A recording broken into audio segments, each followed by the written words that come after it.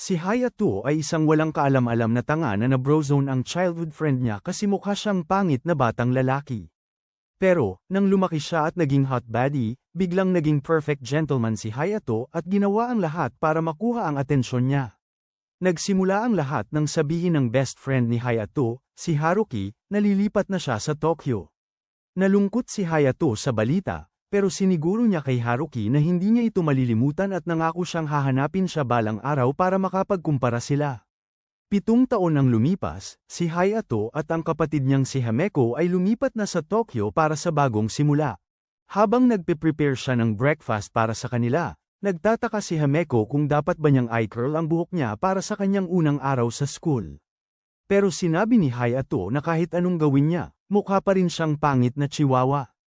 Nainis si Hameko dito at sinabi niyang gusto niyang gumawa ng magandang first impression para hindi siya mabully dahil sa galing siya sa probinsya. Ilang oras ang lumipas, nagpakilala si Hayato sa mga kaklase niya at agad siyang pinagtatawanan dahil sa pagiging probinsyano. Pero kahit anong gawin, hindi pinansin ni Hayato ang tawanan at umupo siya sa tabi ng isang girl na si Nick Edo, nakapareho ng apelyido ng best friend niyang si Haruki. Nang magpakilala si Hayato, ngumiti si Nick Edo na nagbigay sa kanya ng isip na kung nandito si Haruki, tiyak na mahuhulog ito kay Nick Edo. Biglang umikot ang mga kaklase ni Hayato sa kanyang desk at nang aasar na tinanong siya tungkol sa buhay niya sa probinsya. Pero mabagal si Hayato sa pag-intindi na tinutukso siya, kaya't naisip niyang sabihin na kailangan niyang dumumi sa mga bukirin, dagdag pa na ito na talaga ang unang beses niya na napapalibutan ng mas maraming tao kaysa sa mga hayop sa farm. Nang marinig to, isa sa mga kaklase niya ang nagtanong kay Hayato kung may mga kaibigan ba siya. Kaya sinabi niya na meron siyang kaibigan na parang alaga niyang unggoy, pero lumipat na siya at nawala na ang komunikasyon nila. Si Nick Edo na nakikinig dito, bigla na lang nagbasag ng lapis sa galit at sinabi kay Hayato na hindi maganda na tawagin ang best friend niya na unggoy, pero siniguro niya sa kanya na tinawag lang niya yun dahil sobrang close sila. Bago pa siya makapagsalita, sumingit ang mga kaklase ni Hayato para magtanong pa tungkol sa buhay niya sa medieval Ohio. Sa huli, nakapagpanalo si Hayato sa mga kaklase niya, na nagpangiti kay Nick Edo kahit kaunti.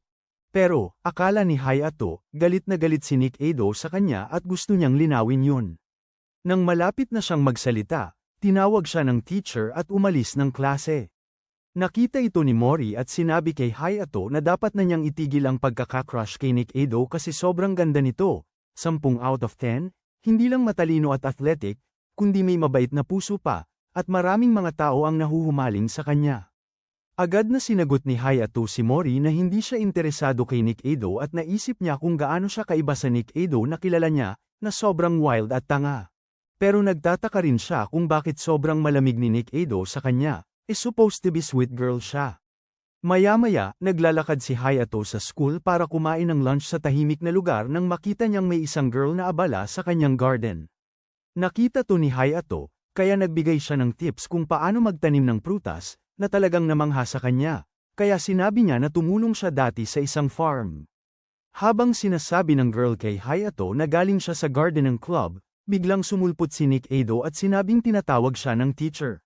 Pagkatapos nilang mag-isa, tinawag ni Nick Edo si Hayato na womanizer dahil sa pagchat-chat niya sa isang girl sa unang araw niya. Sa sagot niya, sinabi ni Hayato na ang girl ay parang isa sa mga tupa sa farm niya, na ikinatawa ni Nick Edo. Nang maharot siyang sinaktan, aksidenteng tinawag ni Hayato siyang Haruki, kasi yun ang lagi niyang ginagawa. Bago pa siya makapag-sorry, ngumiti si Nick Edo ng malawakan, at doon niya na-realize na ang kaibigan niyang si Haruki ay isang napakahot na chick. Bigla, tinawag siya ng kaibigan niya, at napansin ni Hayato ang biglang pagbabago sa attitude ni Nick Edo. Bago umalis, pabirong sinabi ni Nick Edo kay Hayato na itago ito sa lihim, na nag-iwan sa kanya ng labis na pagkalito at sa klase, iniisip pa rin ito ni Hayato, nang biglang ihagis ni Nick Edo ang isang goma sa kanyang ulo, na nagdulot sa kanya ng isang malalim na buntong hininga. Pagkatapos ng klase, inimbitahan si Hayato na sumama sa karaoke, pero biglang sumingit si Nick Edo at sinabi na kailangan ni Hayato ng campus tour. Kaya't hinayla ni Nick Edo si Hayato palabas at nagbigay siya ng malaking ngiti, na naging dahilan para mapagtanto ni Hayato na siya pa rin yung Haruki na lagi niyang kasama dati. Pagdating sa bahay niya, medyo hindi komportable si Hayato na nakaupo katabi si Nick Edo, na wala namang kaalam-alam dito, at tinanong siya kung bakit niya siya tinatawag na alagang unggoy. Humingi ng tawad si Hayato at sinabi kay Nick Edo na nagbibiro lang siya, pero tumugon siya at hilingin na tawagin siyang Haruki. Pumayag si Hayato at sinabi kay Haruki na ibang-iba siya sa harap ng mga kaklase nila, at ibinulgar niya na marami na siyang naranasan, na yun talaga ang tunay na siya. Bago niya maitanong kung ano ang ibig niyang sabihin, hinamon ni Haruki si Hayato sa isang round ng video games. Pagkatapos nun, umuwi si Hayato at naghapunan kasama si Hameko na nagkukwento sa kanya kung gaano kasarap yung walang naiihi sa bukirin. Habang nagkikwento sila, napansin ni Hameko na parang sobrang saya ng kapatid niyang si Hayato ngayon, kaya tinanong niya ito kung may nangyari sa school. Sinabi ni Hayato na nakatagpo siya kay Haruki. Nagulat si Hameko sa sinabi niya at tinanong kung ganun pa rin ba si Haruki. Nang sabihin ni Hayato na hindi nagbago si Haruki, nag-isip siya kung baka gamwapo na ito. Kinabukasan, nakita ni Hayato si Mitake na abala pa rin sa kanyang hardin, kaya nagdesisyon siyang tulungan siya. Habang nagtatrabaho siya, inamin ni Mitake na umaasa siyang magkakaakit-akit ang mga bulaklak para makakuha siya ng masasarap na gulay. Tapos, biglang nagpanik siya at humingi ng tawad kay Hayato dahil sa mga bastos na sinasabi. Saktong-sakto, nahuli ni Haruki si Mitake na namumula at agad na tinukso si Hayato na playboy siya. Nang tumakbo si Mitake sa kahihiyan, sinabi ni Haruki kay Hayato na nakikinig siya sa mga freaky na usapan nila simula pa lang. Tinanong ni Hayato siya kung bakit hindi siya tumulong sa kanya noon, at sinabi niya na ayaw niyang magmukhang selosang girlfriend dahil may reputasyon siyang dapat panindigan. Naiwan si Hayato na naguguluhan, at nang sumunod na klase, napansin niyang ang lahat ay nakikisama kay Haruki, na nagpaisip sa kanya kung bakit nagkukunwari si Haruki na hindi siya. Bigla, tinawag ni Haruki si Hayato para sumama sa kanya, na nagdulot sa mga boys na magtanong kung may crush siya sa pangit na goat lover. Sinabi ni Hayato sa lahat na si Haruki ay dinadala lang siya sa isa pang school tour, at pagkaraan nilang makalayo sa gulo, dinala siya ni Haruki sa isang storage room, na ipinakita niyang lihim niyang base. Sinabi niya kay Hayato na madalas niyang pinapangarap na kumain kasama ang mga kaibigan, pero hanggang ngayon, wala pa siyang lakas ng loob na gawin yon. Nang makita niyang nawawalan na ng pag-asa, nangako si Hayato kay Haruki na magla-lunch silang magkasama mula ngayon, na nagpapasaya sa kanya, habang iniisip niya sa sarili na walang nagbago sa kanilang dalawa. Kinabukasan, sa oras ng lunch, tinanong si Haruki ng ilang mga babae kung nanonood siya ng mga Korean dramas. Hindi siya nakapagpigil at sinagot sila na hindi siya nanonood ng telebisyon, na nag-iwan sa mga babae na nagulat. Habang pinagmamasdan ni Hayato ang pagtaas ng inis ni Haruki, sinabi niya sa kanya na may naghahanap sa kanya sa storage room, na nagbigay daan para makaalis siya sa mga nag-uusap na tita. Di nagtagal, pumasok si Hayato sa storage room, at nagpasalamat si Haruki sa kanya sa pagtulong sa kanya noon. Nagreklamo siya na yung mga usapan tungkol sa Korean dramas ay nakaka-bored na, kasi mas gusto niya yung mga pelikula tulad ng Interstellar at Fight Club.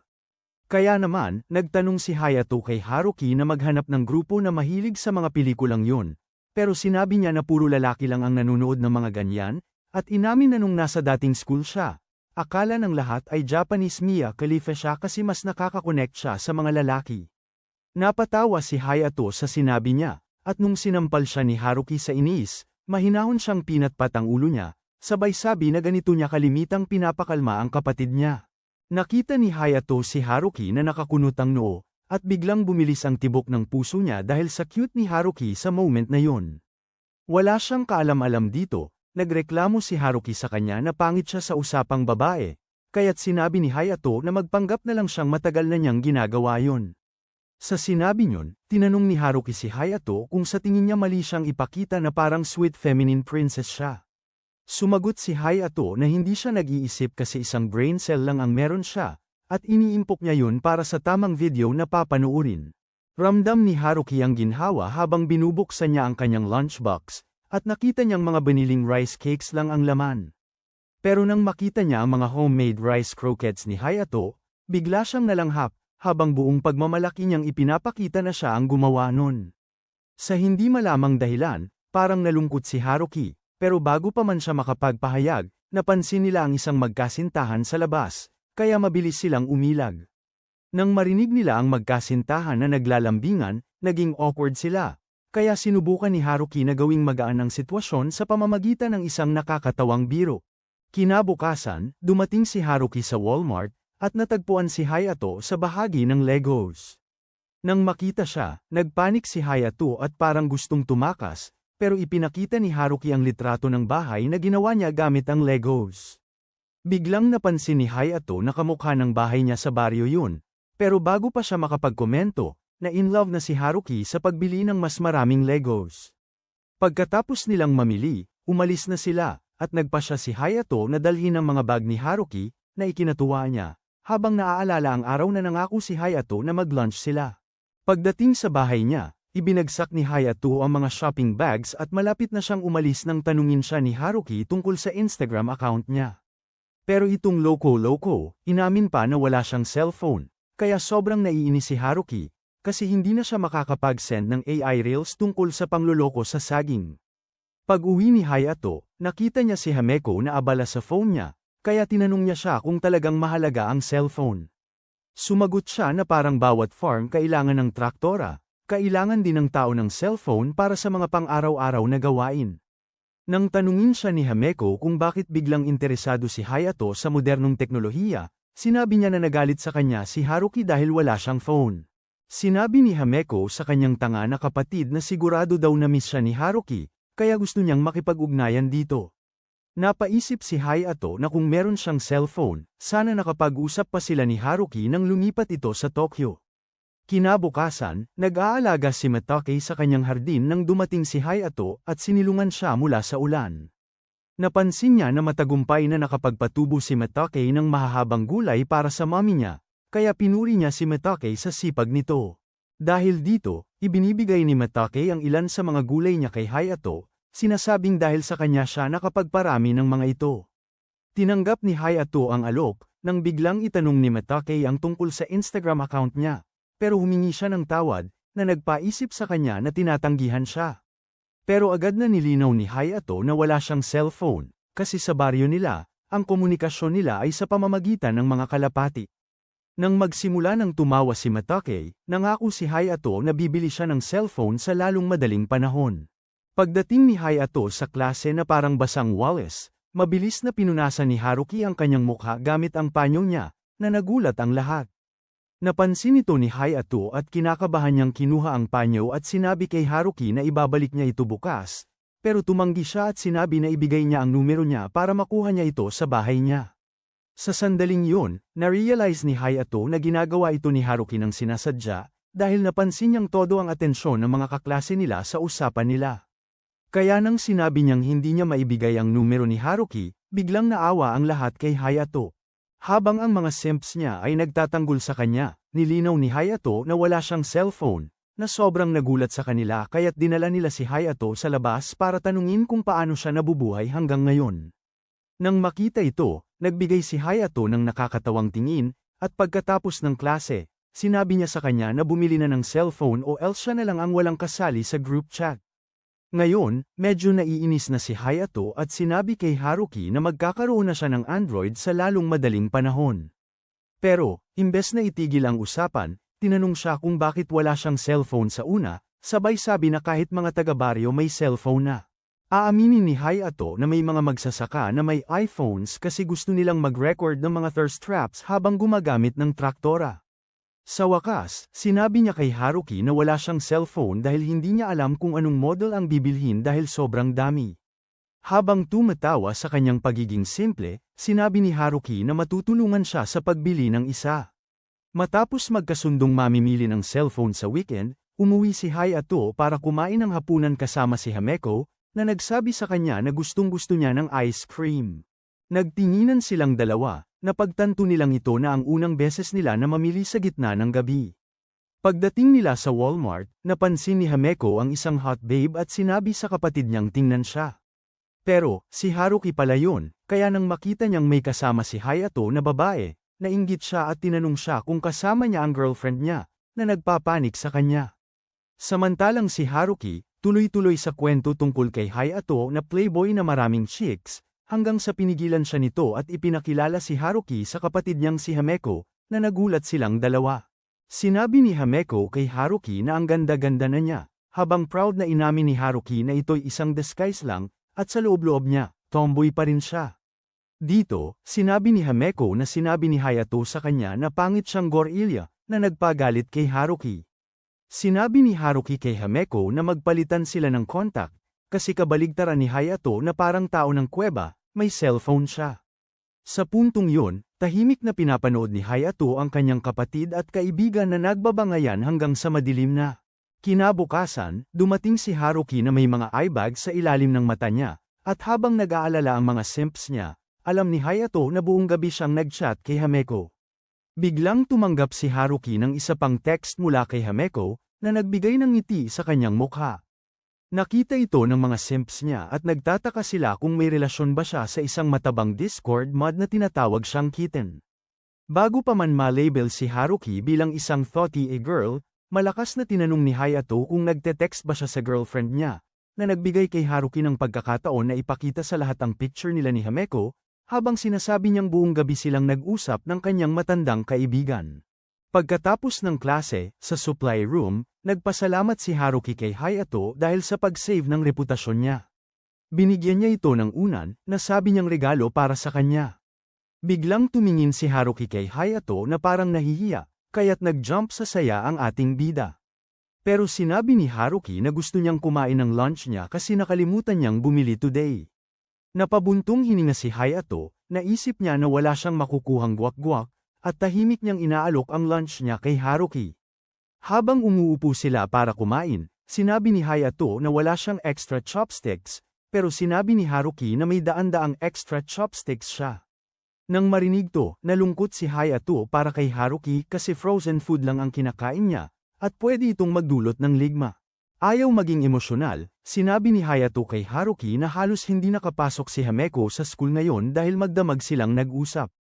Sinabi ni Haruki na kabaligtaran siya, sobrang galing ni Hameko sa makeup at fashion, kaya kinukuha niya ang mga suhestyon niya para mas mapaganda ang kanyang hitsura bilang perfect girl. Nagulat si Hayato nang marinig ito, at nang tingnan niya si Haruki, napansin niya ang malungkot ng ngiti nito. Pero alam ni Hayato na hindi niya basta-basta may tanong kay Haruki ang pinagdaanan niya, kaya maingat niyang pinatpat ang ulo nito na nagpasaya sa kanya. Pagkatapos ng klase, naghihintay si Hameko kay Haruki, at sa unang kita niya dito, hinatak niya ang kamay nito at tumakbo sila, iniwan si Hayato sa likod. 15 minuto ang lumipas, dumating si Hayato sa bahay ni Haruki, at bago pa siya makapag-ring ng doorbell, tumakbo si Haruki palabas ng pinto, habang sinasabi ni Hameko na kunin siya at dalhin pabalik. Pagkapasok nilang lahat, nag-lecture si Hameko kay Haruki tungkol sa fashion sense nito na parang depressed emo guy. Sinabi niya kay Haruki na kung patuloy siyang magbihis na parang colorblind na nerd, hindi na siya makikisama dito sa publiko, na nagpasad kay Haruki. Nakita to, nag-suggest si Hameko na mag-shopping sila sa Sabado, at nang tumingin siya kay Hayato para humingi ng tulong, huminga ito ng malalim at sinabi kay Haruki na mag-mobile shopping sila sa Linggo. Nang maayos na ang lahat, umalis si Haruki para kumuha ng inumin para sa mga bisita niya, at habang nandoon siya sa bahay, galit na sinabi ni Hameko sa kapatid niya na tulungan si Haruki, kasi kahit na medyo tomboy siya, babae pa rin siya. Pumayag si Hayato, at naghanap kay Haruki, ngunit nakita niya siyang nasa isang kwarto na puno ng mga kahon ng walang laman na takeout. Nagtataka si Haruki habang sinisikap niyang ipaliwanag, habang napagtanto ni Hayato na matagal nang hindi nakakakain ng maayos si Haruki. Kinuha niya ang kamay niya, at sinabi kay Hameko na umuwi na sila. Pagdating nila, nagluto si Hayato ng mainit na pagkain para sa lahat, at habang umuupo si Haruki para kumain kasama nila, nahulog ang luha niya. Napagtanto na ito ang unang pagkakataon na kumain siya kasama ang ibang tao. Nakita ito ni Hayato, kaya sinabi niya na dapat siya laging sumama sa kanila tuwing hapunan, na nagulat si Haruki. Nang magtanong siya kay Hayato kung bakit siya nagsisikap para sa kanya, sinabi niya lang na ganun talaga ang mga kaibigan, nag-aalalayan. Kinabukasan, nag-shopping sina Haruki at Hameko, at nang makita ni Hameko si Haruki sa suot niya, naaalala niya na dati, sobrang crush niya ito. Pinagpag niya ang isip niya, at sinundan si Haruki, habang masaya siyang namimili. Samantala, si Hayato ay bumisita sa kanilang may sakit na ina sa ospital. Nang tanungin niya kung kumusta na siya, siniguro ng ina na mas mabuti na siya kaysa dati, pero ang nasa isip lang ni Hayato ay yung araw na nahulog siya. Humingi siya ng paumanhin at umalis, nang bigla siyang makabangga kay Mitake na may dalang bulaklak. Habang pinupuri niya ang flower arrangement niya, biglang may matandang lalaki na nagtatapo ng bote sa kanya, pero madali lang itong nahuli ni Hayato sa kamay niya, na lalo pang ikinagalit ng matanda. Nang akusahan siya nitong nang-aabala sa apo niya, nagpanik si Mitake at ipinaliwanag ang lahat kay Lolo, kaya't nag-sorry ito. Tinanong niya si Hayato kung may masamang balak siya kay Mitake, pero siniguro ni Hayato na ang apo lang niya ay nagpapalala sa kanyang alaala, at naiisip niya ang isang tupa. Samantalang si Mitake, nagiging frustrated na sa lolo niya, kaya't hinawakan niya ang kamay ni Hayato, at iniwan ang matanda na nagngangalit. Paglabas nila, sinabi ni Hayato kay Mitake na sobrang nagmamalasakit ang lolo niya sa kanya, na ikinakalungkot niya. Nang makita ito, naalala ni Hayato si Himeko na umiiyak tungkol sa kanilang nanay. Tinanong niya si Mitake kung pwede ba siyang bumisita sa hardin niya, at masaya siyang tumugon ng oo, umaasang balang araw, si Hayato ang mag-aalaga sa hardin niya. Nang sumapit ang gabi, habang naghahanda ng pagkain si Hayato, sinabi ni Himeko sa kanya na sobrang pagod si Haruki para makasama sila. Sa totoo lang, sobrang nag-exert si Haruki sa pamimili kasi gusto niyang maging girly para kay Hayato. Sa susunod na weekend, naghihintay si Hayato kay Haruki na dumating nang biglang nagulat ang bobo ng nayon sa mga automatic screens. Sa mga sandaling yun, may isang babae na humawak sa kamay niya at hinayla siya sa isang mas tahimik na lugar. Nang huminto sila, napagtanto ni Hayato na ang kanyang tomboy na kaibigan na si Haruki ay naka-supermodel na ayos. Sinabi ni Haruki kay Hayato na matagal siyang pinaghintay, at habang naguguluhan siyang humingi ng tawad, tisang na tinanong ni Haruki si Hayato kung kinakabahan ba siya. Pero, sinabi lang ni Hayato kay Haruki na ang ganda-ganda niya sa makeup, at dapat pa nga niyang isaalang-alang ang plastic surgery. Pagkatapos siyang purihin at insultuhan sabay, nagsimula ng magpanik si Haruki, kaya't tiniyak ni Hayato na alam na niyang nagbihis siya para makuha ang reaksyon niya. Habang naiilang pa rin, hinawakan ni Haruki ang kamay ni Hayato at dinala siya papunta sa mga mobile shops. Ilang minuto lang ang lumipas, nagpasalamat si Hayato kay Haruki sa pagtulong sa kanya na pumili ng cellphone, pero tinanong siya ni Haruki kung bakit pareho sila ng model kahit na ang daming ibang options na available. Sinabi ni Hayato sa kanya na gusto niyang magkaroon ng magkakaparehong phone, na nagulat si Haruki ng saglit, hanggang sa linawin ni Hayato na kung sakaling magkaroon siya ng problema, pwede lang siyang humingi ng tulong sa kanya. Pero, nandyan pa rin ang pagdududa ni Haruki at tinanong si Hayato kung bakit hindi siya kumuha ng parehong phone ni Himeko, kasi mas madali siyang matutulungan nito ng personal. Sinabi ni Hayato kay Haruki na kung hihingi siya ng tulong kay Himeko, tatawagin siyang walang utak na unggoy, at ayaw lang niyang mapagtawanan ng kanyang nakababatang kapatid na babae. Aminado si Haruki na magandang dahilan yun, habang nahihirapan siyang makasabay sa bilis ni Hayato. Nang mapansin niya to, humingi siya ng tawad at tinanong si Haruki kung masyado ba siyang mabilis maglakad. Sinabi niya na parang kinakain na ng sandals niya ang mga paa niya, at sobrang ikli ng palda niya. Kung masyado siyang mabilis maglakad, baka may makakita sa mga magagandang parte niya. Kaya naman naglalakad siyang parang pagong. Nang marinig ni Hayato, naawa siya sa mga babae at naisip ang maging feminist na may asul na buhok, hanggang sa nagreklamo si Haruki na hindi ito fair at kailangan din niyang magsuot ng palda para maintindihan ang pinagdaraanan niya. Nang tawagin ni Hayato siyang katawa-tawa sa suhestyon niya, pinas siya ni Haruki na subukan man lang. Pero sagot ni Hayato, mukha lang daw siyang pangit na femboy, pero sabi ni Haruki, since maganda si Himeko sa mga dress, siguradong maganda rin siya. Sa puntong yan, pinilit ni Haruki si Hayato na gamitin ang bago niyang phone para hanapin ang pinakamalapit na mall. Di nagtagal, nakarating sila sa isang 10-story giga mall, na talagang nakakamangha sa kanila, kasi first time din ni Haruki na makakita ng ganitong kalaking gusali. Pagkapasok nila, agad silang nag-umpisang mag-try ng iba't ibang bagay, hanggang sa mapagod na sila sa araw na yon. Nang lumabas sila, sinabi ni Haruki kay Hayato na palagi siyang matagal magdesisyon kung ano ang bibilhin, na nagpaalala sa kanila kung paano siya nahihirapang pumili ng lasa ng ice cream sa tindahan sa kanto. Nang maisip ang ice cream, umuungal ng malakas ang tiyan ni Haruki bilang protesta, na nagbigay sa kanya ng konting hiya. Tinanong ni Hayato si Haruki kung gusto ba niyang kumain, at dito siya nagkaroon ng ideya na dalhin siya sa isang karaoke place kung saan pwede silang kumain at mag-relax. Pagdating nila, humiga na si Haruki sa sofa, habang sinasabi ni Hayato na ang mga gawin niya ay parang kay Hameko. Nang marinig ito, lumapit si Haruki kay Hayato para ipakita na hindi siya katulad ng kapatid niya. Biglang pumasok ang waitress na may dalang dessert, na nagpapanik kay Haruki. Bago umalis, maayos na sinabi ng waitress na hindi ito set ng bastos na Amerika, kaya dapat family-friendly ang lahat.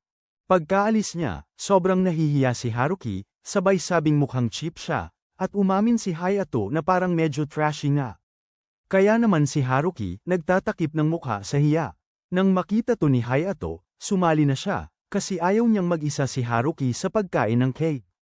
Pagkatapos nilang kumain, nagsimula silang tumawa sa kung gaano sila kasili. Paglabas nila sa karaoke, tinanong ni Haruki si Hayato kung ano ang tawag sa relasyon nila, ngayon na alam na niyang babae siya.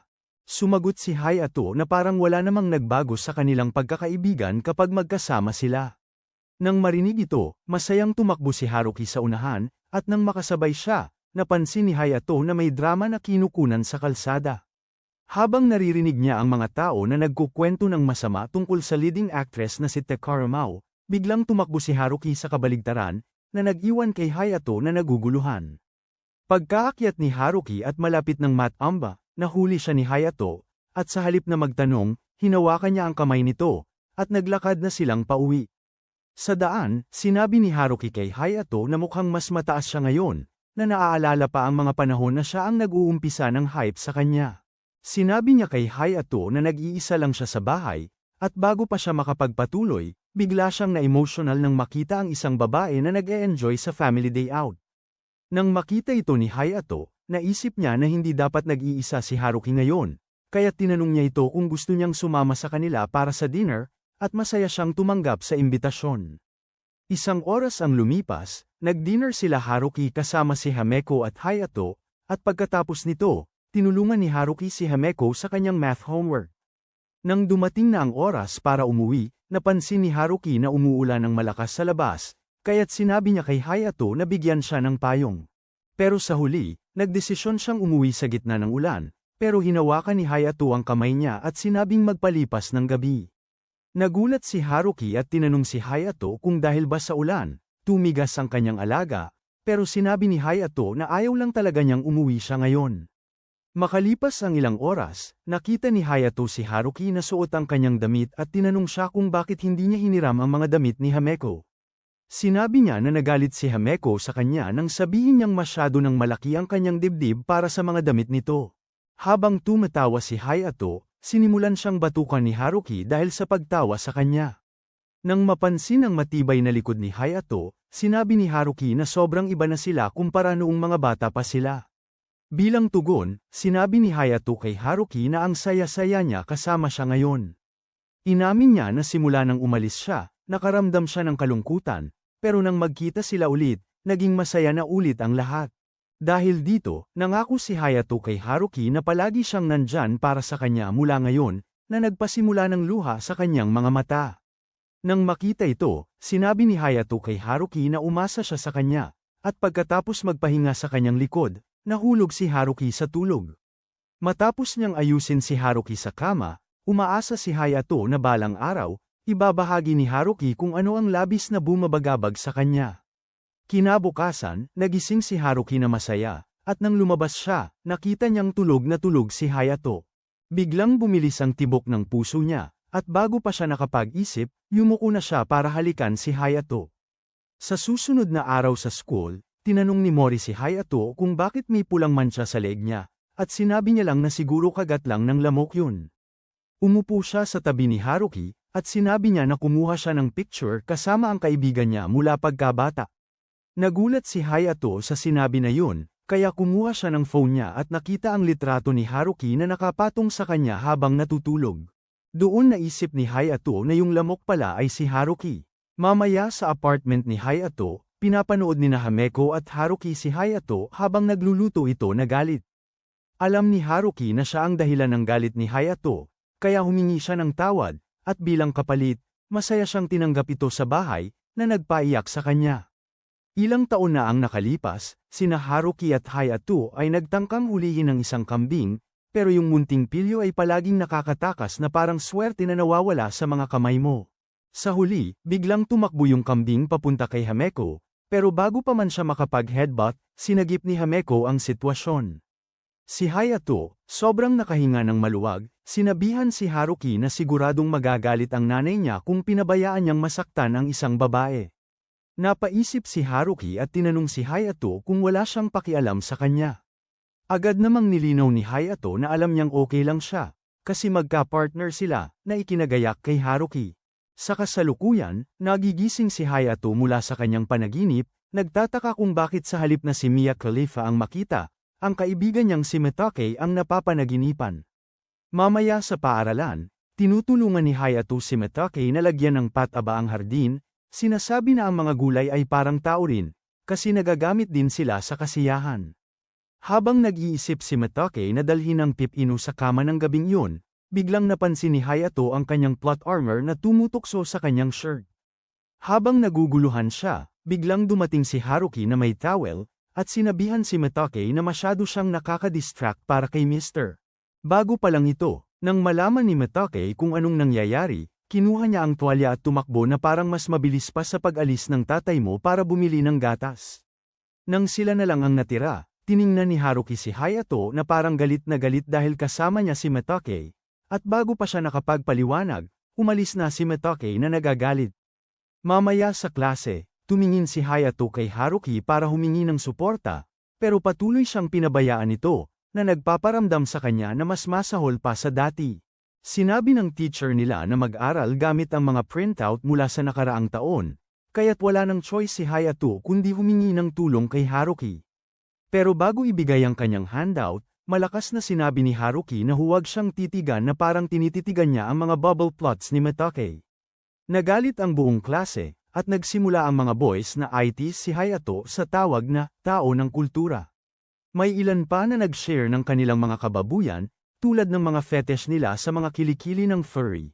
Biglang tumayo si Haruki at inannounce na si Hayato ay mahilig sa malalaking bazukes na kayang magtanggal ng lola ng tao. Nang marinig ito ng lahat, tinawag nilang freaky peasant boy si Hayato, habang si Haruki ay nagpakita ng masamang ngiti dahil sa gulo na ginawa niya. Pagkatapos ng klase, ibinahagi ni Haruki kay Hameko kung paano niya napahamak ang kapatid niya, na ikinatuwa naman nito. Sabi niya kay Haruki na huwag magpabold kasi masyado siyang evil at nakakatawa. Sa mga sandaling ito, si Hayato ay humihingi ng tulong sa mga babae na palitan ng usapan, kasi di na niya kaya ang pang-aasar. Pagkatapos ng hapunan, naglalaro sina Hameko at Haruki ng FIFA, nang bigla na lang banggitin ni Hameko na hindi dapat tinititigan ni Hayato ang ibang babae, dahil may dalawa na siyang cute sa buhay. Sumasang-ayon si Haruki, at parang walang isip na sinabing dapat na lang si Hayato ang pumili sa kanya. Pero bago pa siya makapag-isip, nagulat si Haruki sa kanyang sinabi at tumakbo pa uwi, na iwan ang mga kapatid na nalilito. Sandali lang, pumasok si Hameko sa banyo niya at nagtataka kung talagang gusto ni Haruki si Hayato. Samantala, nagbuhos si Haruki ng malamig na tubig sa sarili niya para hamupa ang init ng ulo, pero lalo lang siyang nag-alala kung natatakot ba siya na may masamang tao na kukuha kay Hayato sa kanya. Pagkatapos ng shower, tumawag si Hameko kay Haruki, at nagpanik ito na sinabi niyang nadagdagan siya ng 4 na kilo. Dito, nahulog ang ice cream ni Haruki, at tumakbo siya papuntang banyo para timbangin ang sarili. Sa kanyang gulat, napansin niyang tumaba siya, na talagang nagpasama ng loob sa kanya. Kinabukasan sa eskwelahan, tinanong ni Hayato si Mitake kung may alam siya tungkol sa dieting, pero naisip niyang parang sinasabi ni Hayato na kailangan niyang maging hindi kaaya-aya. Agad na nilinaw ni Hayato na nagtatanong lang siya kasi gusto ng kapatid niya na mag-diet, at dahil siya ang nagluluto, gusto niyang malaman kung may alam siya na mga recipe. Nang marinig yun, nakaramdam si Mitake ng ginhawa at pinuri si Hayato bilang mabuting kapatid, at sinabi sa kanya na kung naghahanap siya ng diet plans, dapat niyang tanungin si Ariana Grande, kasi matagal na siyang nagtatraining para maging payat.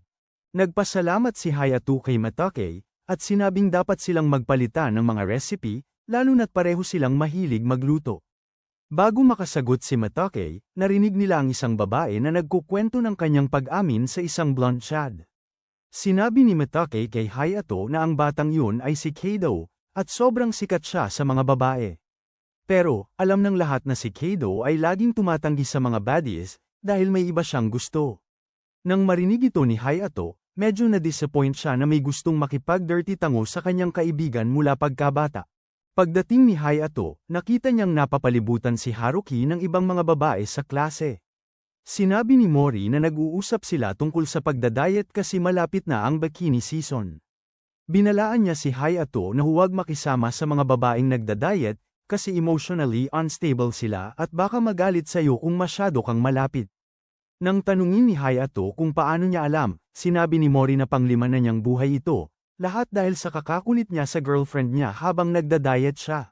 Dahil sa kuryusidad, tinanong ni Hayato kung gaano na sila katagal magkasama. Kaya't ibinulgar ni Mori na dati silang magkaibigan since bata pa, pero nang magsimula silang makaramdam ng mga bagay sa kanilang espesyal na lugar, naging magkasintahan sila. Sa puntong ito, sinabihan ni Mori si Hayato na kung gusto niyang suportahan ng isang babae na nagda-diet, mas mabuting manahimik na lang siya. Sa lunch break, nahuli ni Hayato si Haruki na mukhang miserable habang umiinom ng pangit na vegetable juice, kaya't mahinahon niyang inaalok ang kanyang kaibigan ng manok. Galit na tinanggihan ni Haruki si Hayato, sinasabing nagiging Brock the Destroyer na siya dahil tumaba siya ng 4 na kilo. Hindi maintindihan ni Hayato kung ano ang problema, pero pagkasabi ni Haruki ng salitang, malaki, bigla siyang nag-crash at sinabi kay Hayato na nagiging malaking baboy na siya. Nang medyo kumalma, biglang humingi ng tawad si Haruki kay Hayato. Nang tanungin siya kung bakit siya humihingi ng tawad, sumagot si Haruki na medyo galit si Hayato mula kaninang umaga, kaya't naisip niya na siguro dahil ito sa prank na ginawa niya kahapon. Sa totoo lang, nag-aalala si Hayato na baka agawin ni Keido si Haruki sa kanya. Para masigurado na hindi mangyayari yun, sinimulang lapitan ni Hayato si Haruki, sinasabi sa kanya na kung masyado siyang magda-diet, baka mawalan siya ng buhok. Nang sabihin niya na gusto niya ang malambot na buhok ni Haruki, ngumiti si Haruki at nangako na aalagaan ang sarili niya, bago biglang magpanik. Hinagisan niya ng unan si Hayato at tinanong kung gaano na siya katagal nang hihikbi ng mga inosenteng babae sa kanyang kama gamit ang kanyang murang charm. Sabi ni Hayato kay Haruki na kalmahan lang siya, sinabing pareho silang traitor kay Himeko, na nagbigay kay Haruki ng ideya kung baka may gusto siya sa mga ganong bagay. Pagkatapos, nagbago siya ng usapan at sinabi kay Haruki na bilang sikat na tao, dapat sanay na siya sa mga ganitong eksena, pero inamin ni Haruki na lagi niyang iniiwasan ang mga lalaki. Ipinaliwanag niya na kapag nagde-date ang mga sikat, nagkakaroon ng mga iskandalo, na sumisira sa reputasyon nila, at kaya hindi niya kailanman gagawin ang pagkakamaling mag-date. Habang nauunawaan ni Hayato ang sinasabi niya, naniniwala siya na may nangyaring masama sa buhay ni Haruki na dahilan kung bakit siya sobrang maingat. Kinabukasan, hindi malaman ni Hayato kung anong lulutuan para sa hapunan, kasi nagda-diet ang paborito niyang mga babae. Bigla siyang nagdesisyon na magtanong kay Saki, isa sa mga kaibigan ni Himeko, para sa ilang suhestyon, kahit na sinabihan siya ni Himeko na baka hindi siya pagbigyan ni Saki dahil hindi siya ganun kagusto nito. Pero nang matanggap ni Saki ang message request mula kay Hayato, bigla siyang nagpanik at nervyos na nagtanong kung anong kailangan niya. Agad na ipinaliwanag ni Hayato ang problema niya, pero sumagot si Saki na hindi siya kailanman nagda-diet, umaasang makaka-impress siya sa kanya. Sayang, nag-backfire yung plano niya, kasi inisip ni Hayato na ayaw sa kanya si Saki, kaya awkward na tinapos niya ang usapan sa pag-wish ng good night. Pero ayaw ni Saki na mamatay ang usapan, kaya nag-double text siya. Kinabukasan, nagising si Hayato at nakita niyang puno ng chatbox niya ang mga recipe na pinapadala ni Saki. Habang nag-scroll siya sa mga mensahe, nakita ni Hayato yung picture ni Saki na may text na humihingi sa kanya na irate ang outfit niya. Hindi na masyadong iniisip, sinabi niya sa kanya na ang ganda-ganda niya at siguradong magugustuhan din ni Himeko yung suot niya, na nagpa-fluster kay Saki. Sa school, sumilip si Mori sa phone ni Hayato at nakita ang picture ni Saki na nakasuot ng tradisyonal na yukata. Agad na nagtipon-tipon ang ibang mga boys sa paligid ni Hayato para pag-usapan na ang mga babae ay sexy sa mga tradisyonal na damit. Nang dumating si Haruki, nagsimula silang manghingi sa kanya na magsuot din ng yukata, pero nagbiro siya sa kanila na umalis na. Nang makita to, sabi ni Mori na parang mas approachable na si Haruki lately, na ibig sabihin ay totoo ang mga balita na may boyfriend siya. Shocked na shocked si Hayato, pero bago pa siya makapag-isip, pumasok si Keido sa classroom at doon na naman naguluhan si Hayato. Nakita niyang niyaya ni Keido si Haruki na lumabas, at pumayag naman ito at sumunod sa kanya. Bago pa mahuli ang lahat, pinigilan ni Hayato sila, sinabing kailangan niya ng tulong ni Haruki para maghanap ng club. Walang masyadong iniisip, sinabi ni Haruki kay Hayato na sumama na lang sa kanila. Pero halatang naiinis si Keido, kaya sinabi niya kay Hayato na weird naman na sumali siya sa club sa gitna ng term. Matigas na sumagot si Hayato na transfer student siya, kaya wala siyang ibang pagpipilian. Tinanong ni Keido si Hayato kung gusto niyang sumali sa soccer club, pero sinagot siya ni Hayato na gusto niyang sumali sa gardening club, kasi hindi niya nakikita ang halaga ng soccer club. Hindi mukhang na-offend si Keido at sinabi niyang gusto niyang maging susunod na Lionel Messi, kaya siya nandito sa soccer club. Para makisabay sa astig, sinabi ni Hayato na ang paghahalaman ay kasing rewarding din. Pinakita niya ang mga weird na itsura ng gulay, sabing ang pinakamagandang bahagi sa pagtatanim ng veggies ay pwede mo itong ibenta sa mga desperate na lonely na babae. Napatawa ito kay Haruki, at sinimulan niyang hampasin ang likod ni Hayato, bago niya sabihin na siguradong mahal niya ang paghahalaman. Agad na napagtanto ni Haruki na lumalabas na ang tunay na siya, kaya't mabilis siyang umusad sa harap, iniiwan ang mga boys sa likod. Habang wala siya, sinabi ni Keido kay Hayato na sa tingin niya, nakita na niya ang tunay na pagkatao ni Haruki. Sumagot si Hayato nang may pang-iinis, sinabing hindi niya alam ang ibig sabihin nito. Sa kabila ng malamig na ugali niya, iniunat ni Keido ang kamay, at nag-atubiling nakipagkamay si Hayato. Pagbalik sa klase, pinalibutan ng mga lalaki si Hayato, tinatawag siyang bayani dahil sa pagharang niya kay Keido na sumugod kay Haruki. Habang nakatayo si Hayato na walang masabi, bumalik si Keido, humihingi ng litrato ng weird na gulay. Habang nag-uusap sila, umalis si Haruki papunta sa labas, kung saan nakita niya si Mitake na nagtatrabaho sa hardin. Sa unang tingin, cute para kay Haruki si Mitake, para siyang tupa, bago siya magtaka kung siya ang dahilan kung bakit gustong sumali ni Hayato sa gardening club. Dahil dito, napapahila niya ang buhok niya sa inis, at mabilis na tinanong ni Mitake kung okay lang siya. Umamin si Haruki na may bumabagabag sa kanya, kaya sinabi ni Mitake na maglaro na lang siya sa lupa, sabi niya kasi nakaka-therapy daw yun. Ilang minuto ang lumipas, tumutulong na si Haruki kay Mitake, at inamin niyang nakakatuwa kung paano nagiging gulay ang bulaklak. Nang marinig ito, ibinahagi ni Mitake kay Haruki na noong nasa mahirap siyang sitwasyon, nakatulong sa kanya ang paghahardin para makayanan yun. Samantala, nagrereklamo si Hameko tungkol sa lunch na inihanda ni Hayato para sa kanya, na ikinagulat ng mga kaibigan niya, dahil ang mga kapatid nila ay puro WWE moves lang ang ginagawa sa kanila. Patuloy siyang nagsasalita tungkol sa kung paano nilinis ni Hayato ang kwarto niya nang walang pahintulot, at siya na ang dahilan kung bakit siya nagiging plus-size na American woman. Pero sobrang fascinated ang mga kaklase niya kay Hayato kaya pinipilit si Hameko na dalhin siya sa susunod nilang karaoke session. Hindi pa siya naiimbitahan dati, kaya tuwang-tuwa siya habang sinasabi ng mga girls sa klase na aalagaan siya. Noong hapon na yun, nag-enjoy si Hameko sa kanyang unang karaoke session at naisip niyang masaya sana kung pupunta sila dito ni Hayato at Haruki. Sa kanyang gulat, nakita niya si Haruki at ang mga kaibigan nito, na agad siyang nakilala bilang yung girl sa mga litrato. Si Hameko naman, nainip at nagtago sa likod ni Haruki, na maingat na pinatpat ang ulo niya bago sinabihan ang mga kaibigan na huwag siyang takutin.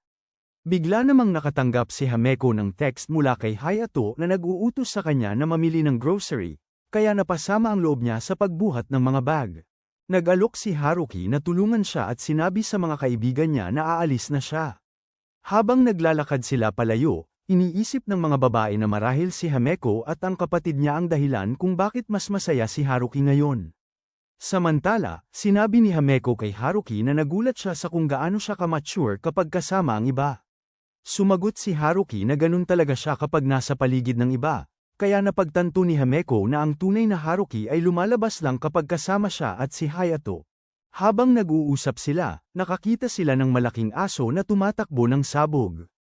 Nang walang pag-iisip, tumakbo si Haruki para saluhin ang aso, kaya napatawag si Hameko kay Hayato para humingi ng tulong. Ilang minuto ang lumipas, nakaupo si Haruki sa bench, may sugat sa binti, habang sinasabihan siya ni Hameko na delikado ang ginawa niya. Humingi ng tawad si Matake, sinasabi na si Haruki ay nagtangkang ipagtanggol siya. Nang marinig ni Haruki na nagsasalita siya, naisip niya na si Matake ay nasa spectrum, kaya dahan-dahan niyang tinanong kung sa kanya ang aso. Sumagot si Matake na aso ito ng kapitbahay niya na sobrang natuwa nang makita siya, kaya nagdulot ito ng gulo. Habang pinapanood ang kanilang usapan, pabirong sinabi ni Haruki kay Hameko na normal at healthy na tao si Matake na nag-aaral sa parehong baitang nila. Nahiya si Hameko at humingi ng tawad kay Matake na parang wala lang, bago sabihin kay Hameko na mukhang mas masaya siya sa labas ng school. Tinanong ni Hameko kung magkaibigan ba sila, pero nagpanik si Matake at sinabing walang paraan na gusto ni Haruki na maging kaibigan siya.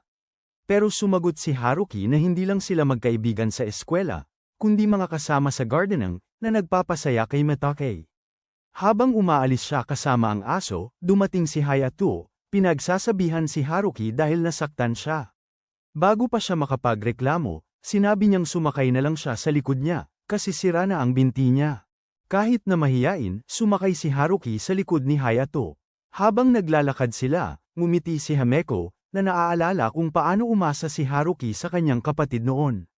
Samantala, tinukso ni Hayato si Haruki, sinabing mas mabigat siya ngayon kumpara noong bata sila, na nagpasaya sa kanilang lahat. Kinabukasan, nakita ni Hayato si Haruki at Matake na nagtatrabaho sa hardin ng magkasama. Nagulat siya at tinanong kung ano nangyari sa kanila, kaya't sinabi ni Haruki na magka-garden buddies na sila ng side chick niya. Masaya si Hayato para sa kanya, pero nagbigay babala kay Haruki na mag-ingat, kasi baka sa sobrang araw ay maging kwalipikado na siya sa N-word. Para makabawi kay Hayato, biglang itinataas ni Haruki ang t-shirt niya para tingnan ang kutis niya, na nagpapablush kay Matake. Hiningi niyang maging family-friendly sila, bago tumakbo palayo sa hiya, iniwan si Haruki at Hayato na nakangiti na parang nahihiya. Sa susunod na bahagi ng klase, walang hiya si Keido na umupo sa harap ni Hayato, tinatanong siya kung anong ginagawa niya. Malamig na sumagot si Hayato na ayaw niyang maging kaibigan siya, kasi naniniwala siyang ginagawa ni Keido lahat ito para buksan ang misteryo ni Haruki. Bigla, hinawakan ni Haruki ang kamay ni Hayato at sinabi kay Keido na may mga plano sila. Tinanong ni Keido kung pwede siyang sumama, pero agad na sinabi ni Haruki na umalis siya, na nag-iwan kay Hayato na natatakot na baka mawala ang maskara niya. Pagkaalis nila, nagtataka si Keido kung paano napapayag ni Hayato si Haruki na itigil ang kanyang nakakabaliw na palabas. Samantala, sa library, tinatanong ni Hayato si Haruki kung anong nangyayari sa kanya. Sa wakas, inaamin niya na naiisip na niya na panahon na para itigil ang kanyang perfect girl act at simpleng mamuhay na lang. Bago pa siya makapagpatuloy, bigla siyang nadulas at bumagsak diretso kay Hayato. Habang magkakasama silang nakasiksik, narinig nila ang isang couple na naglalambingan, na nagpapanik kay Haruki at bigla siyang tumakbo. Naiwan namang naguguluhan si Hayato. Kahit sa klase, kakaiba ang kilos ni Haruki hanggang sa hilahin siya ni Emma, ang girlfriend ni Mori, at ng ibang girls palabas, na muling nagpagulo kay Hayato. Nang matapos ang araw, pumasok si Hayato sa kanyang apartment, at laking gulat niya nang makita si Haruki na may suot na apron. Sinabi niyang gusto niyang tumulong sa mga gawaing bahay, na labis na nagpasaya kay Hayato. Tinanggap niya siya at sabay silang gumawa ng world-class na hapunan. Pagkatapos, habang kumakain, inisip ni Hameko na mag-check out sila sa sinehan, na agad nagpasaya kay Hayato kasi ang tanging pelikula na napanood niya ay dalawang baka na nagbanggaan sa kanyang farm. Kinabukasan ng umaga, lumabas si Hayato sa bahay niya, na pagtanto na uulan mamaya. Sa daan, naaalala niya ang saya sa mukha ni Haruki nung nag-uusap sila tungkol sa pagpunta sa sinehan. Naalala niya ang mga lumang alaala nang nagka-adventure sila dati. Habang nakatayo si Hayato at nakangiti, nilapitan siya ni Keido, nagtatanong kung naiisip ba niyang makuha yung hot MILF sa lugar nila. Pero nang makita ang pangit na mukha ni Keido, napakunot noo si Hayato at sinabing iniisip niya ang nanay nito. Tumawa lang si Keido at tahimik na sinundan si Hayato, hanggang sa sinalubong siya ng ibang mga estudyante. Napansin ni Hayato na kilalang-kilala si Keido, kaya sinabi niya na parang idol ito sa pakikisalamuha sa iba. Nang nagkunwari si Keido na nagulat sa sinabi, biglang nakaramdam si Hayato ng pamilyar na pakiramdam, na nagpapaalala sa kanya na parang si Haruki siya nung una silang nagkita. Sinabi niya kay Keido na nagkukunwari itong parang si Jungle Cock ng BTS, na labis na ikinagulat ni Keido dahil sakto ito. Hindi na naghintay si Hayato ng sagot at naglakad na, iniisip na sigurado may mga problema si Keido kaya siya gumagamit ng maskara. Nang mapansin niyang nakatayo pa rin si Keido, sinabi niyang magmadali na sila, kasi malate na sila sa school. Biglang nagising si Keido at tumakbo papunta kay Hayato, sabay sabing mabait siya, na naging dahilan para mapahiya si Hayato. Nang makita ni Keido na bumaba na ang guard ni Hayato, bumulong siya dito na huwag mag-alala sa kanya, kasi wala siyang balak buksan yung mystery box ni Haruki. Naguluhan si Hayato sa sinabi ni Keido, kaya nilinaw niya na wala namang romantic na nangyayari sa kanila ni Haruki, pero obvious na hindi ito pinaniwalaan ni Keido, at sinabi niyang dapat sila na lang ang magkarera papuntang school. Pagdating niya roon, nakita ni Hayato si Haruki na masaya, kaya sinabi niya na para siyang spoiled brat na nakakuha ng maraming candy sa Halloween. Nagpout si Hayato bilang sagot, sinabing matanda na siya, pero tinukso pa rin siya ni Hayato. Pagkatapos, tinipon ni Haruki ang mga babae sa klase niya, sinabing kailangan niyang makipag-usap sa kanila sa labas. Nang umalis sila, ngumiti si Hayato, alam niyang may binabalak na kalokohan si Haruki. Habang nakatingin siya kay Haruki, sinabi ni Mori na dapat nang masanay si Hayato sa pagbabahagi ng girlfriend niya sa mga kaibigan nito. Agad na nag-defensive si Hayato at sinabing hindi girlfriend niya si Haruki, na ikinatawa ni Mori nang hindi makapaniwala. Sabi ni Mori kay Hayato na matagal nang gustong maging kaibigan ni Emma, ang girlfriend niya, si Haruki, at ngayon na mas approachable na si Haruki, madalas na silang magkasama. Bagamat iniisip ni Hayato na maganda na may mga kaibigan si Haruki na babae, tinukso niya si Mori na baka agawin ni Haruki si Emma gamit ang kanyang scissor technique. Pero ang freak ay sumagot na basta't makapanood siya, ayos lang sa kanya. Bigla namang nakatanggap si Hayato ng text mula sa tatay niya, sinasabing umorder siya ng sewing kit para sa nanay ni Hayato. Kaya pagkatapos ng school, dumating si Hayato sa ospital, dala ang parcel, at nakita niyang inaayusan ng nanay niya si Mitake. Habang nagpapasalamat si Nagahisa, ang lolo ni Mitake, kay Mayumi sa tulong niya, saka lang nila napansin ang elepante sa kwarto, si Hayato. Tinanong ni Mayumi si Hayato kung sa tingin niya cute si Mitake sa bagong hairstyle nito.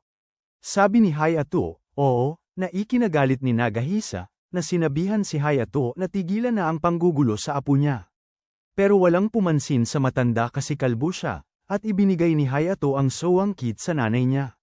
Matapos siyang pasalamatan, tinanong ni Mayumi si Mitake kung pwede ulit silang mag-dress up, na nagpapakaba sa kanya. Nakita yon, kinuha ni Hayato ang kamay ni Mitake at sinabi sa nanay niya na uuwi na sila, habang si Nagahisa ay patuloy na sumisigaw kay Hayato. Sa elevator, humingi ng tawad si Hayato para sa nanay niya, pero sinabi ni Mitake na kung kailangan niya ng tulong sa kahit ano, nandyan lang siya. Tinanong ni Hayato kung bakit bigla siyang nag-aalok, at sinagot siya ni Mitake na dahil tinulungan niya siyang magtanim ng malalaki at masasarap na pipino, gusto niyang suklian yon habang naka-ospital ang nanay niya. Nang marinig to, biglang naalala ni Hayato ang araw na bumagsak si Mayumi, habang ang mga iyak ni Hameko ay umuukit sa buong bahay. Dahil dito, si Hayato ay sobrang kinakabahan, kaya nag-aalala si Mitake. Para ma-assure siya, sinabing okay lang siya, sabay labas sila sa ulan, pero swerte naman at may payong si Mitake. Habang naglalakad silang magkasama, biglang sinabi ni Hayato kay Mitake na sobrang cute niya sa hairstyle niya, na nagpasaya sa kanya at nagpa-blush. Pero paglingon ni Hayato sa kanya, biglang tumakbo si Mitake sa ulan, na nag-iwan kay Hayato na confused. Pagdating niya sa bahay, nakita niya si Haruki na nagtuturo kay Hameko, bago siya batiin nito na parang masuner ang asawa. Bigla, si Hayato ay nakakaramdam ng kaba sa paligid ni Haruki, habang masiglang sinasabi ni Haruki kay Hayato na tutulungan siya sa pag-prep ng pagkain. Habang nasa kusina siya, tinanong ni Hayato si Hameko kung bakit sobrang sweet at masaya si Haruki. Wala namang ideya si Hameko, at inamin pa niyang natatakot siya sa biglaang optimismo ni Haruki. Sa huli, nagdesisyon si Hayato na tanungin si Haruki kung bakit siya parang nakakatanggap ng $1,000,000 mula kay Mr. Beast. Ngumiti lang si Haruki at sinabing ito ay isang sikreto, na lalong nagpasiklab ng kanyang curiosity. Tapos sa hapunan, tinanong ni Hayato ang mga babae kung anong pelikula ang pinapanood nila, at agad na nagrekomenda si Haruki ng isang pangit na anime movie. Sayang, hindi pa napanood ni Hameko ang anime, na labis na ikinagulat ni Haruki. Tumakbo siya sa television at pinilit silang manood ng Goislap. Habang naglalaro siya ng anime at sinasabi ang S-tier fan service dito, pumasok si Hayato at ang tatay ni Hameko, na nagpalakas ng hiya ni Haruki. Pero mabilis siyang nakabawi at nagpakilala, na labis na ikinagulat ang mga kapatid sa bigla niyang pagbabago. Habang pinupuri ni Chris Hime si Haruki sa kanyang magandang asal, pinipisil ni Hayato ang pisngi niya dahil sa pagpapanggap niyang mabait sa harap ng tatay niya. Habang pinipiga niya ang pisngi niya, sinabi ni Hameko na itigil na ang pang-aasar kay Haruki, kasi baka ma-friendzone siya ng tuluyan. Biglang sumagot si Haruki sa pamamagitan ng pagpisil sa pisngi ni Hayato, at habang nagkakasayahan sila, nagsimula ng tumawa si Chris Hime, masaya na nakikita silang magkaibigan pa rin. Pagkatapos nun, pumunta si Hayato sa kusina, habang umalis si Hameko, na nag-iwan kay Haruki na mag-isa kasama ang kanilang tatay. Bigla na lang, nagiging conscious si Haruki, iniisip na siguro ayaw sa kanya ni Chris Hime dahil alam nito ang sitwasyon ng pamilya niya.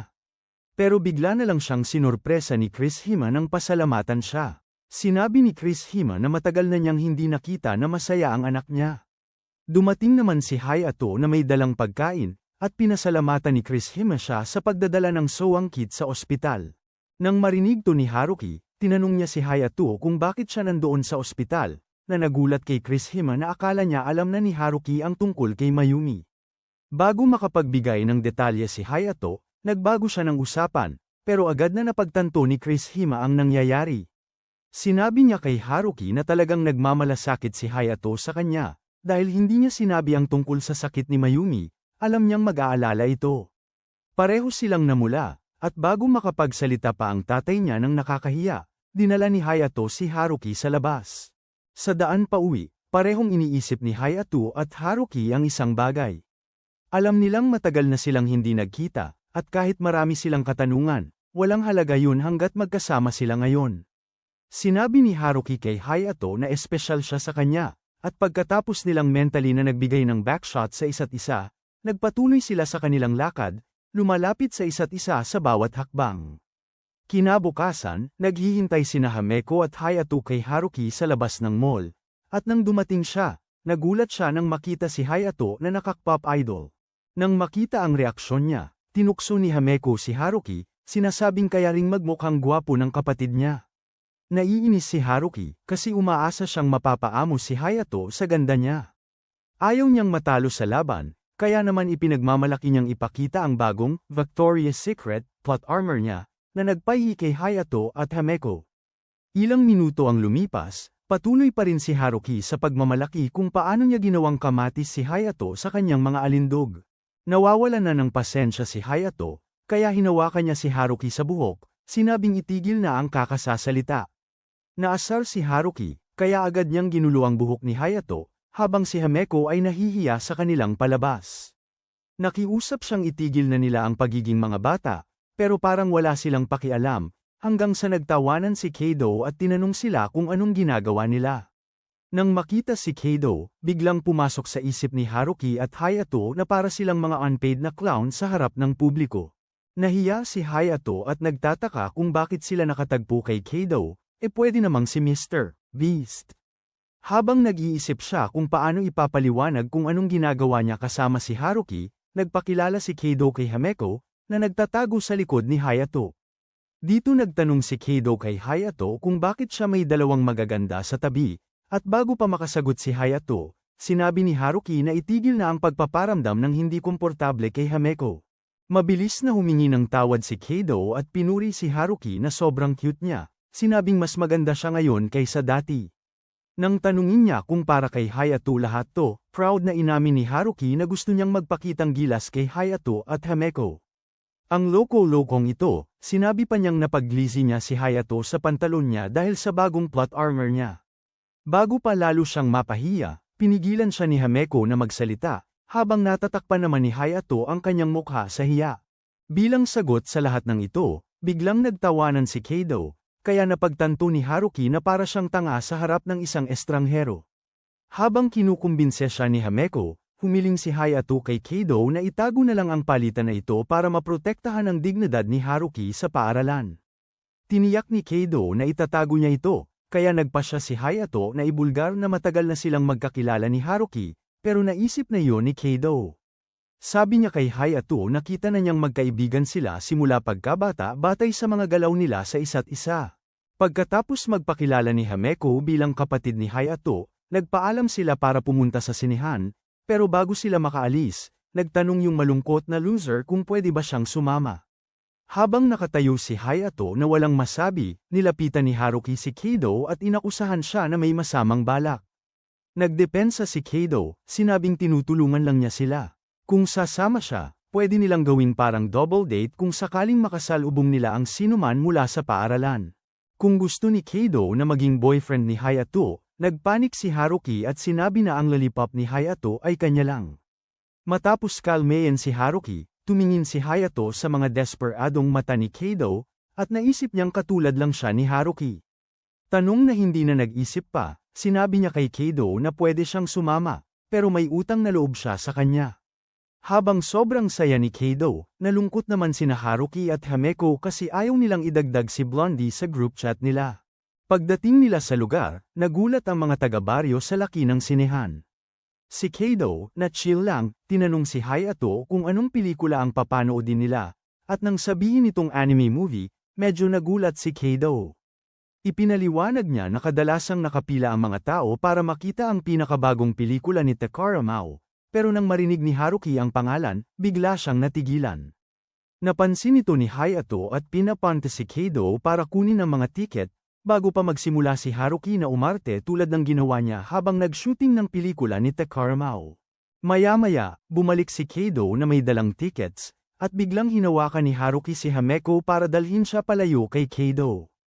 Alam ni Keido ang nangyayari, kaya sinabi niya kay Haruki na hindi siya nandito para agawin ang mga kaibigan niya, na nagdala sa kanya ng isang galit na sipa mula kay Haruki, habang sinabihan siya ni Hayato na tigilan na ang pagiging bobo. Pagkatapos nun, nakarating sila sa empty screening hall, kung saan sila lang ang mga chad na nanunood ng pangit na pelikula. Pero para kay Haruki, panalo pa rin ito at enjoy siya sa karanasan kasama ang mga kaibigan niya. Pagkatapos ng pelikula, lahat ay masaya, at umamin si Keido na maganda ang pelikula. Agad namang natuwa si Haruki, sinabing may taste si Keido. Samantalang si Hayato, nakangiti, iniisip na madali lang pasayahin si Haruki. Bigla, nagsimula si Haruki na gayahin ng ilang eksena, at doon nila naisip na sobrang fan siya. Habang nag-e-enjoy si Haruki, biglang nakita ni Hayato si Takara Mao na lumalabas mula sa screening hall. Nang magtagpo ang kanilang mga mata, biglang naisip ni Hayato kung ano ang nangyayari. Agad niyang hinawakan ang braso ni Haruki at tumakbo sila palabas ng sinehan, naiwan sina Hameko at Keido na naguguluhan. Sa labas ng sinehan, naguguluhan si Haruki sa kakaibang kilos ni Hayato, hanggang sa mapansin niya ang poster ni Takara Mao. Biglang naging malinaw ang lahat sa kanya, at pinasalamatan niya si Hayato sa pagiging sobrang protective, pero para kay Hayato, normal lang yun.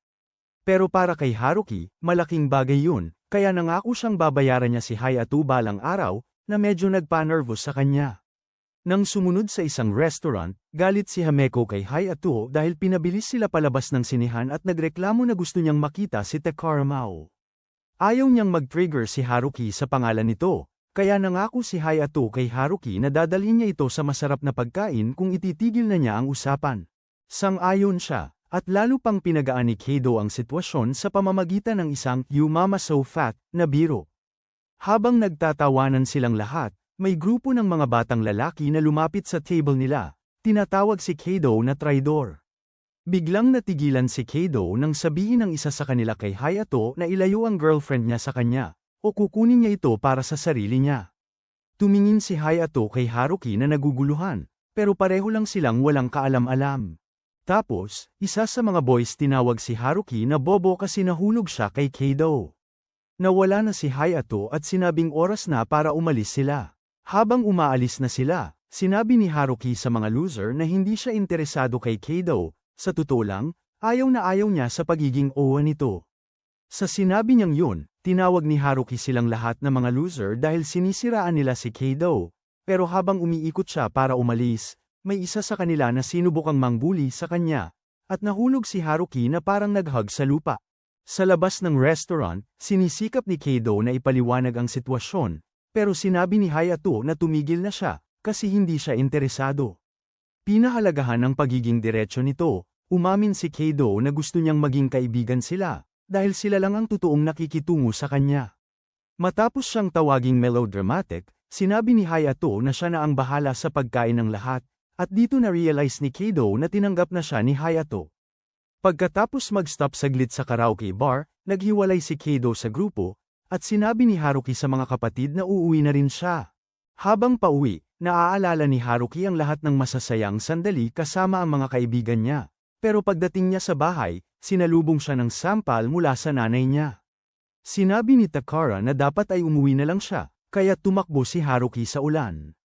Naisip niyang tawagan si Hayato, pero mas pinili niyang harapin ang lungkot niya mag-isa, hanggang sa makabangga siya kay Mitake. Sa tingin mo, naisip ba ni Hayato na ang nanay ni Haruki ay si Takara Mao?